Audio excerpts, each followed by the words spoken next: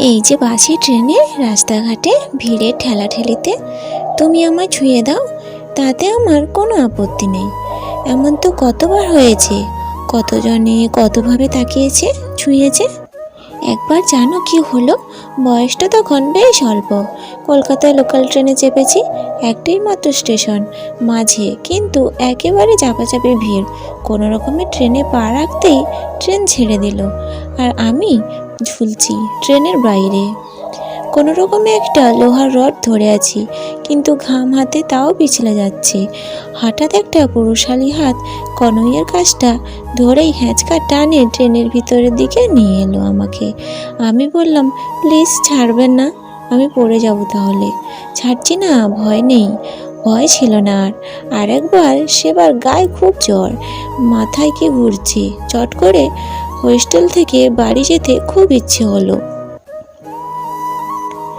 Train নেই, কোনো ভালো বাস নেই, ঝরঝরে একটা বাস যা পেলাম উঠে পড়লাম।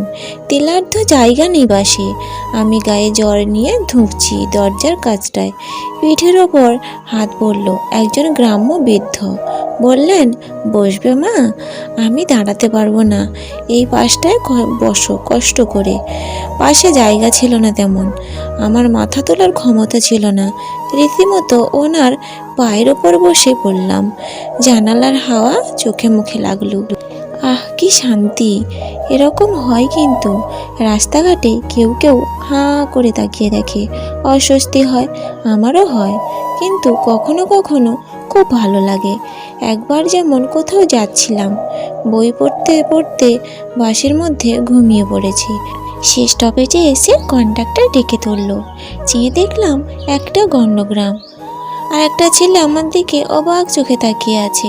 আমি পাত্তা না দিয়ে বাস থেকে নেমে পড়লাম।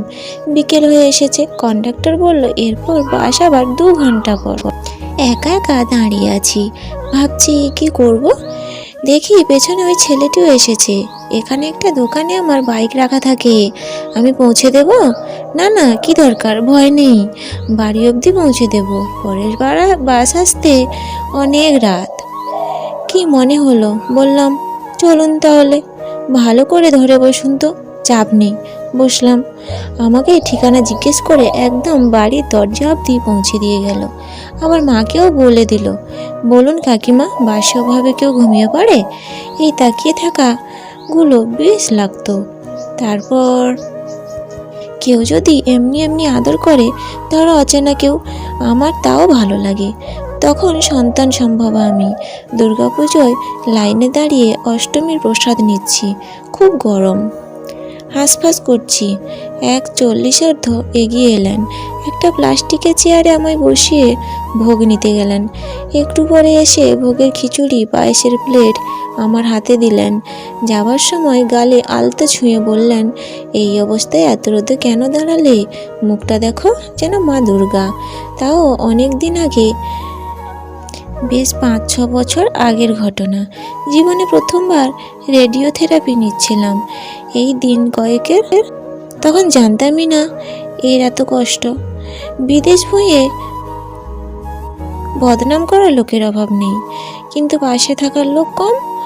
তখন প্রথম 2 দিন বেশ নাচতে নাচতে থেরাপি নিলেও তৃতীয় দিনে এসে অবস্থা কাহিল। এরকমই একদিন থেরাপির জন্য অপেক্ষা করছি। অফিসের এক কলিগের ফোন এলো, খুব কাছের নয়, মোটামুটি বন্ধু। জিজ্ঞেস করলো কোথায় আছি, বললাম থেরাপি নিচ্ছি। আঁতকে উঠে বলল, ও রেডিও থেরাপি চলছে, বলনি একবার? হসপিটালের নাম জিজ্ঞেস করলো। তারপর ফিরে দেখি ও এসে দাঁড়িয়ে আছে, মাথায় একটা চাঁটি মেরে বলল, আইডিয়া আছে কোনো?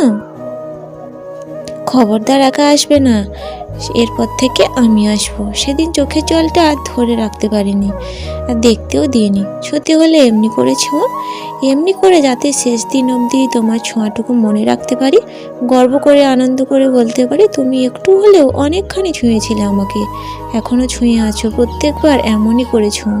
সত্যি বলছি, আমার ভালো লাগে, আমি কিছু মনে করিনি।